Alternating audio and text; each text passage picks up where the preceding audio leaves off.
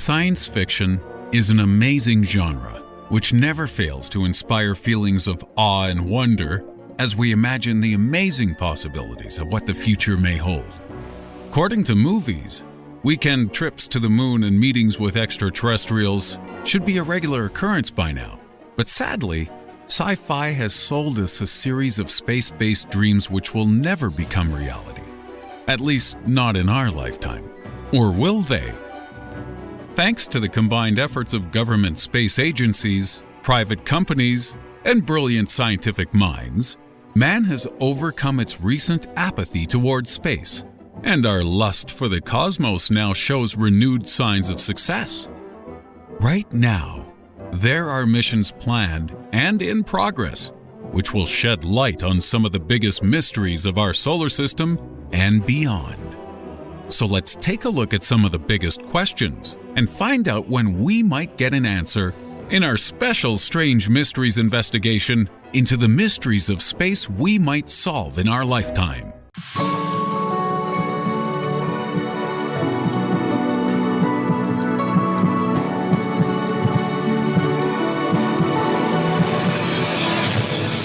Five. Who will be the first to Mars? Ever since man took one small step and landed on the moon, we've known our second step would be Mars. But it feels like our trip to the red planet is long overdue. George Bush said we'd be back to the moon by 2012, and that we'd have a Martian outpost in 2020. But he also said his favorite book was The Hungry Hungry Caterpillar, so we really should have known better than to trust him. The idea of visiting Mars has been oversold and overpromised to us on levels no man's sky could only dream of. So what's the deal? When are we going? What will we find? And who will have the honor of stepping foot on that rusty red soil and shouting first in the Martian comments section? NASA's current goal is to get a human mission to Mars by 2030 using the Orion spacecraft.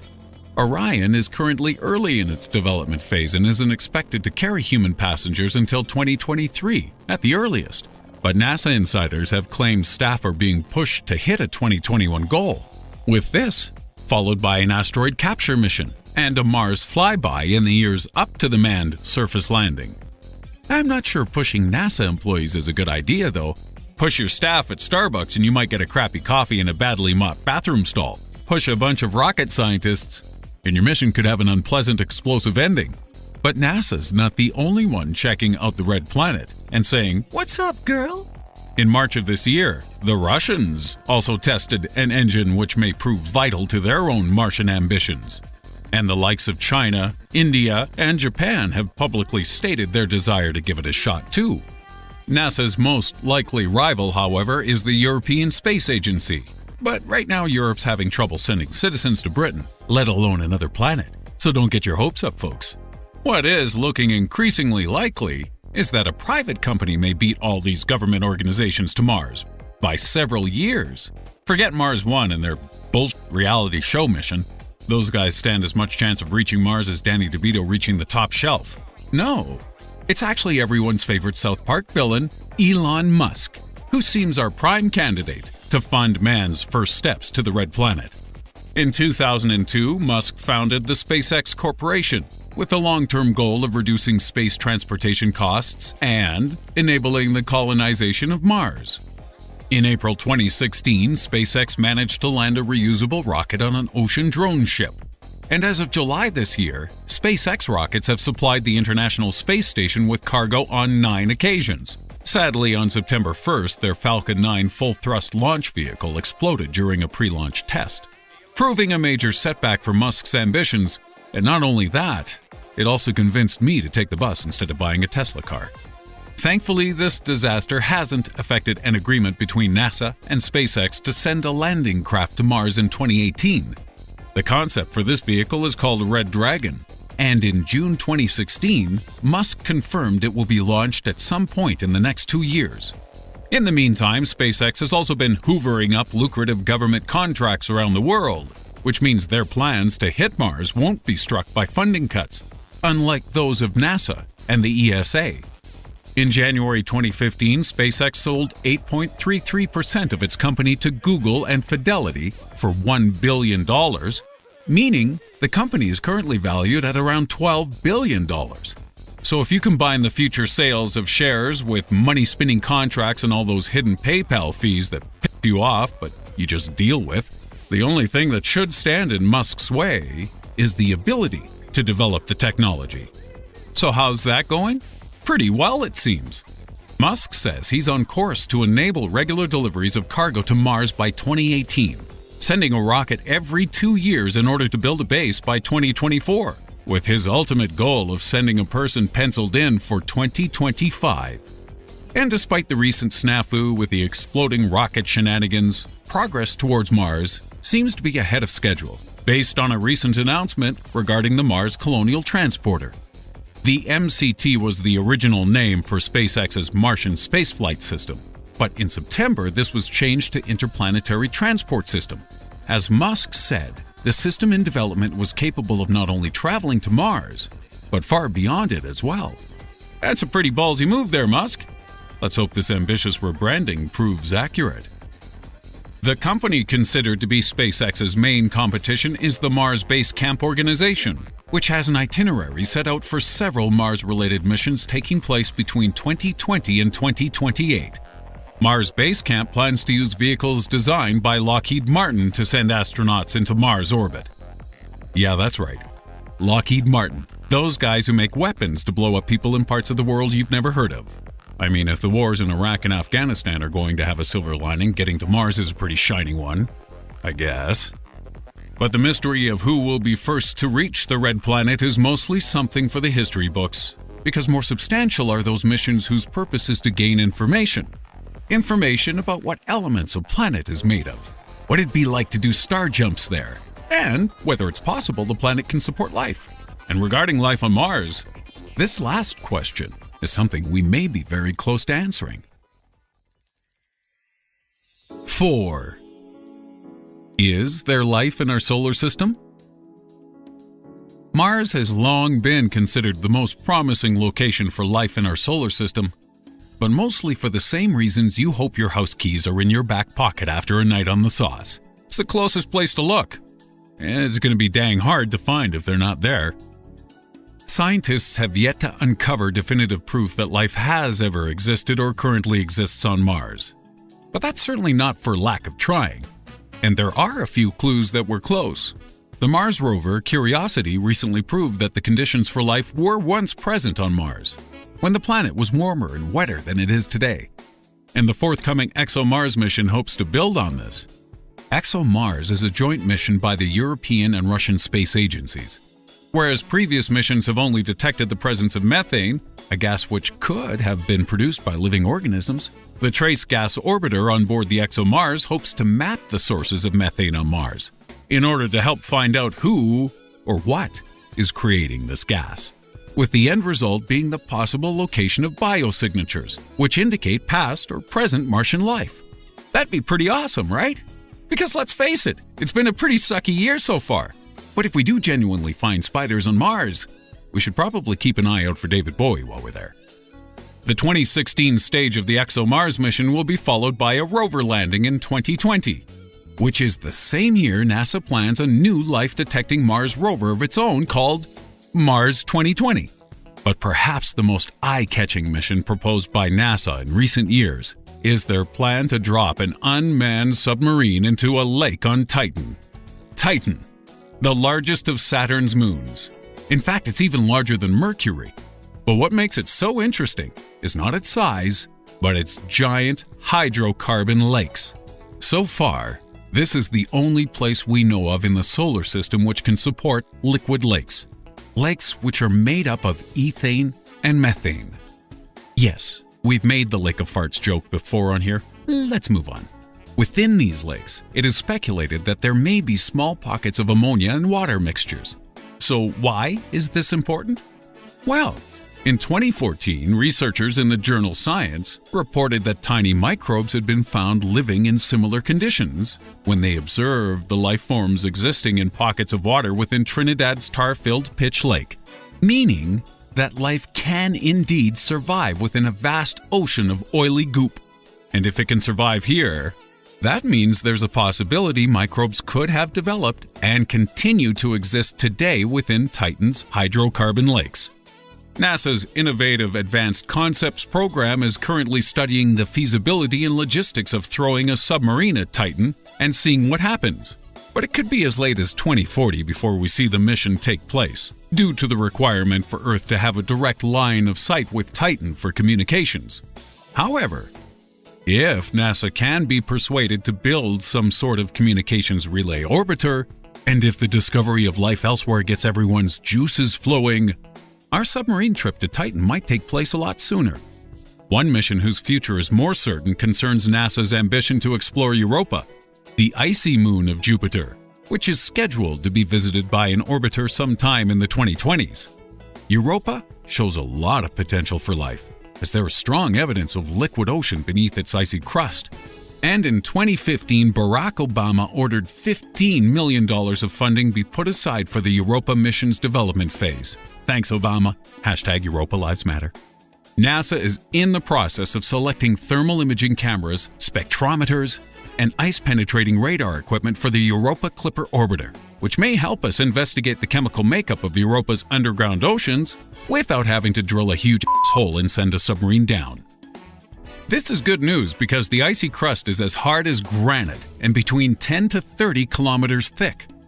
Oh, and newsflash. Literally as this script was being written, NASA announced that astronomers using the Hubble Space Telescope may have observed water vapor plumes erupting off the surface of Europa. See, I told you these discoveries could take place any day now. Although even we didn't think it'd be that soon. So clearly there are many possible locations where life might exist within our solar system, and we might even find them in the next few months or years. But as scientifically important as microbes and bacteria are, what really gets the public foaming at the mouth hole is the possibility of something bigger. 3. Is Proxima Centauri b habitable? In August 2016, the world collectively lost its when the European Southern Observatory announced the discovery of a potentially habitable planet orbiting Proxima Centauri. Proxima Centauri is the closest known star to the Sun, with this red dwarf low-mass star a measly 4.25 light-years away. And it is orbited by an exoplanet, the creatively named Proxima Centauri b. I would have called it Planety McHarambe Hillary Face, but I guess it's up to them. The exciting part of this discovery was that Proxima Centauri b resides in its star's habitable zone, which is what we call the area around a star where a planet could orbit and potentially support liquid water. Because Proxima Centauri is a red dwarf, its habitable zone is much closer to the star than the one surrounding our Sun. So whereas Mercury's surface temperature hits 800 degrees Fahrenheit at an orbit of 0.39 astronomical units, Proxima Centauri b may enjoy Earth-like temperatures despite getting up close and personal with its mummy star at a distance of 0.05 AU. But temperature alone does not determine how habitable a planet is, and there are many questions we need to answer about Proxima Centauri b in order to determine this. What is it made of? Which elements make up its atmosphere? Is it tidally locked with one side facing the Sun at all times? And does liquid water genuinely exist on its surface? To solve these mysteries, we'll probably have to send a probe to the planet, but at 4.25 light-years away, that's no easy task. The Juno probe, piloted by Ellen Page, which arrived at Jupiter, traveled at a maximum speed of 265,000 kilometers an hour, and took 5 years to journey 2.8 billion kilometers.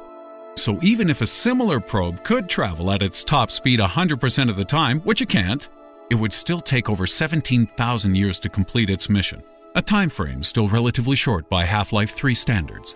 So, it may seem that exploring Proxima Centauri b is merely a pipe dream, something that our generation will never, ever see. Like hover cars, sex robots, or one more good season of The Simpsons. But don't write it off just yet, because according to Dr. Gilla Manglada of the Pale Red Dot team, for sure, to go there right now is science fiction, but people are thinking about it. And it's no longer just an academic exercise to imagine we could send a probe there one day. Okay, fine. It's all well and good that some people are thinking about a mission to Proxima Centauri, but that doesn't mean it's gonna happen. Right now, I'm thinking about lying on a bed with 8 greased-up supermodels. Supermodels who love me for who I am, not for my money or soothing sensual voice. But just because I'm thinking about it doesn't mean it's going to happen. Maybe not, but you might be less skeptical than I am when you find out that the people thinking about a Proxima Centauri mission are Professor Stephen Hawking, physicist and billionaire Yuri Milner, former NASA research director Pete Worden, and Mark Zuckerberg. Great! If the folks of Proxima Centauri b want to find out how racist your high school friends are, we're all sorted. The project these esteemed fellows are working on is called Breakthrough Starshot, and it aims to develop a fleet of thousands of tiny light-sail spacecraft, which can travel between 15 to 20% light speed. These craft would be powered by light propulsion from Earth-based lasers, and the plan is to use the technology to travel to Alpha Centauri over 20 to 30 years, with data from the expedition taking 4 years to return to Earth. But after the discovery of Proxima Centauri b, they're also considering a flyby of the planet on the way, because it'd be kinda dumb to miss out when you're traveling all that way. It'd be like going to SeaWorld to look at the tortured, agonized orcas and ignoring all the depressed porpoises the next tank over. The cost estimates for this mission are between $5 and $10 billion, and if the necessary technological improvements can be achieved, the first crafts are slated to launch in 20 years. Meaning you guys will be in your 70s before we see results, and I'll be a half-man, half-cyborg in a voiceover guy retirement home. So what can we get excited about in the meantime? Is there anything else in the universe we can take a peep at? 2. What else is out there? Proxima Centauri b was discovered using an instrument known as HARPS, which is a spectrograph attached to a 3.6-meter telescope in Chile. This instrument detects planets by looking for the effects of an orbiting body on its parent star, but such a telescope is incapable of taking a direct image of a planet so far away. However, with the 30-meter telescope currently under construction in Hawaii and the giant Magellan and European extremely large telescope both being built in Chile, an actual photograph of a distant exoplanet may be possible once they are completed in the early 2020s. If you dig space photography as much as I do, prospect of seeing faraway distant worlds probably means you'll need to pause the video and go change your underpants. But if you can't wait until 2020 because you're impatient or dying, we've also got the launch of the James Webb Telescope to look forward to in 2018. This telescope, which is the size of a tennis court, should give us a better view of exoplanets and other objects, including the mysterious KIC 8462852, which is much bigger than a tennis court. Also known as Tabby's star, scientists have been baffled by its odd light fluctuations, with some believing it could be evidence of a giant alien megastructure called a Dyson swarm, which could only be built by an advanced 2 Kardashev civilization. This is nothing like a Type 2 Kardashian civilization, which would just be a load of fat-ass broads with big lips and diabetes. The James Webb Telescope has been constructed in collaboration between 17 different countries and is intended to replace the aging Hubble Space Telescope. Hubble was launched in 1990, and in its 26 years of operation, it's helped us to understand the age of the universe, the rate at which it's expanding, confirm the existence of supermassive black holes, take images of planets outside of our solar system, and give us some astonishingly detailed shots of the planets in our own backyard too. So, imagine what we might find using the larger and altogether fancier James Webb Telescope. 2 narcs in particular have already slapped down their reservation for the James Webb, as Laura Creedberg and Abraham Loeb of the Harvard-Smithsonian Center for Astrophysics want to use it to confirm whether the aforementioned Proxima Centauri b could harbor life.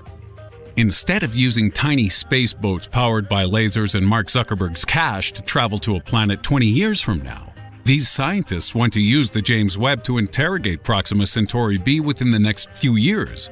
They describe the telescope as having the ability to put the first constraints on the possibility of life around the nearest star to the solar system. And simulations run by the pair have demonstrated that the James Webb will help us distinguish dead, gray space rocks from potentially life-harboring planets both quicker and easier than ever before.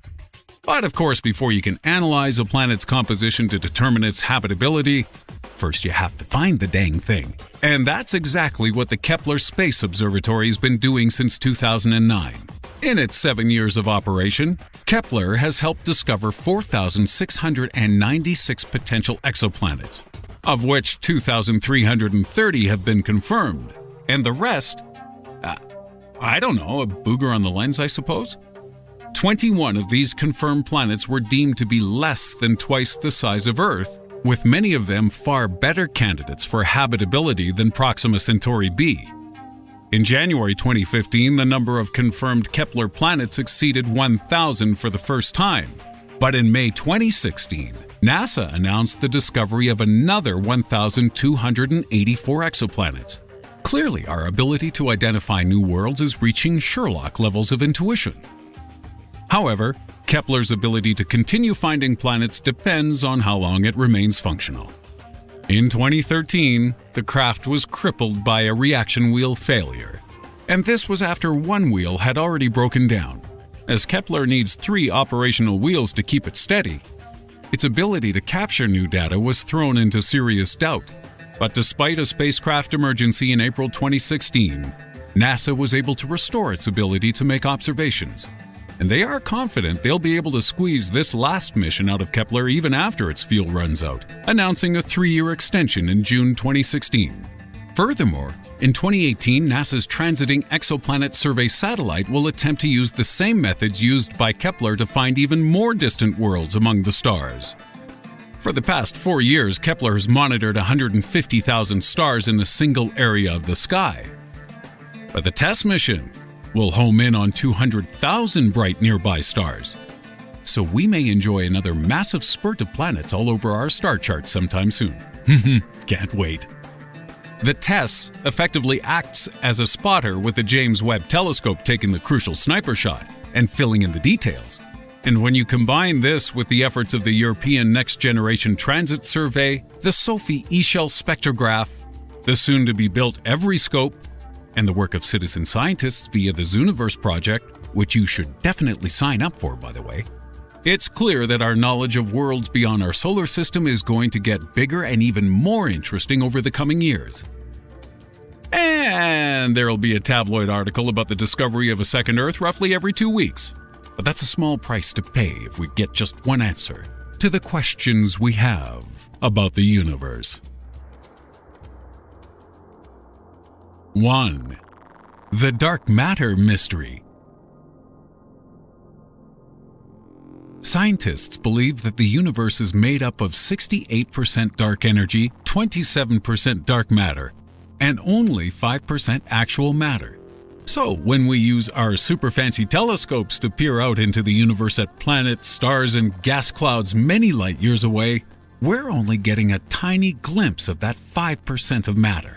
We know barely anything about the remaining 95% of the universe. But soon, thanks to several ongoing and planned missions, we may start to understand more about these mysterious theoretical components, and in turn, we'll know more about how the universe formed, the rate it is expanding, and how it might look in the future. Investigations into dark matter have so far confirmed what it is not, rather than what it is. We know dark matter doesn't come in the form of stars or planets. We know it doesn't exist as dark clouds of baryonic matter, and nor does it exist in the form of giant galaxy-sized black holes, which is good news for everyone. But so far, that's not enough to come to any concrete conclusions. It's like when you smell what Mom is cooking for dinner and the aroma is kind of meaty. You know it's not broccoli. You know it's not ice cream. And you're pretty sure it's not unicorn stew because unicorns have never been directly observed outside of our beautiful dreams. This is also why we don't know what dark matter is comprised of, because it has never been directly observed. This elusive substance doesn't emit or interact with light or other forms of electromagnetic radiation, but we believe it exists as we've seen its gravitational effects on forms of visible matter. In order to find out more, NASA launched the Fermi Gamma Ray Space Telescope in 2008 in a joint mission with the U.S. Department of Energy and agencies from France, Sweden, Germany, Italy, and Japan. And Fermi has made some amazing discoveries so far. including pulsar-emitting radiation within a supernova 4,600 light-years away, new information about where gamma-ray background radiation comes from, and in 2008, it observed the largest energy release yet measured by man, with an explosion in the constellation Carina, containing the power of 9,000 supernova, firing out material at 99.9999% the speed of light. If you want to put the size of that explosion into perspective, it's about 1/16 of the total explosive power you'd get if you accidentally clipped a car in Fallout 4. Fermi's mission has been extended for 2 years in an attempt to focus on finding dark matter, and it's being helped by NASA's Alpha Magnetic Spectrometer, which is a particle detector on board the International Space Station. But at the same time as all these space-based shenanigans, we're also fixated on the scent of the mysterious dark energy. In 1998, observations by the Hubble Space Telescope reversed a decade of scientific thought when it discovered that the universe was expanding faster today than it has in the past. Whereas we previously believed that the attractive force of gravity should be pulling objects together and slowing things down, we have no explanation for why it's doing the exact opposite. But just because we can't explain it doesn't mean we can't give this non-existent solution a super cool name, such as dark energy. Dark energy is like an emo kid who just discovered Edgar Allan Poe and Albert Camus. It's barely understood at all. It's almost like it doesn't want to let us in to find out more. So far, our theories range from dark energy being a simple property of space, comprising of temporary virtual particles, or that it's some kind of dynamical energy fluid or field. And in order to eliminate or prove these theories, NASA will use the Wide Field Infrared Survey Telescope, which is an observatory whose main mission is to help us understand more about dark energy. This telescope is the same size as Hubble, but with 100 times its field of view. In fact, its field of view is so wide, it could even fit your mama's sweet anaconda buns in there. Is that where all the dark energy is hiding? Also known as WFIRST, the mission was confirmed in February 2016 and has a 6-year plan in place when it launches from Cape Canaveral sometime in the mid-2020s. And in addition to its investigations of dark energy, WFIRST will also be used to identify new galaxies and planets. But more importantly, it will also perform tasks aimed at measuring the curvature of space-time and the consistency of Einstein's theory of general relativity, because one of the other theories regarding dark energy states that Einstein's theory of gravity may be incorrect and that we'll need a whole new one to account for how dark energy behaves. So, over the next decade, we may be able to observe parts of our universe we've never seen before. And this could change everything. Understanding dark energy and dark matter has the potential to shatter our existing preconceptions about the universe. And science majors. That means a whole new $100 textbook for everyone. Yippee! So that's our piece on the mysteries of space we may see solved in our lifetime. Did you like it this long? Would you love it if it were longer? We're like the Sting of YouTube content providers. Either way, tell us what your thoughts are in the comments below. And don't forget to check out some of our other videos on space, Mars, and deformed people.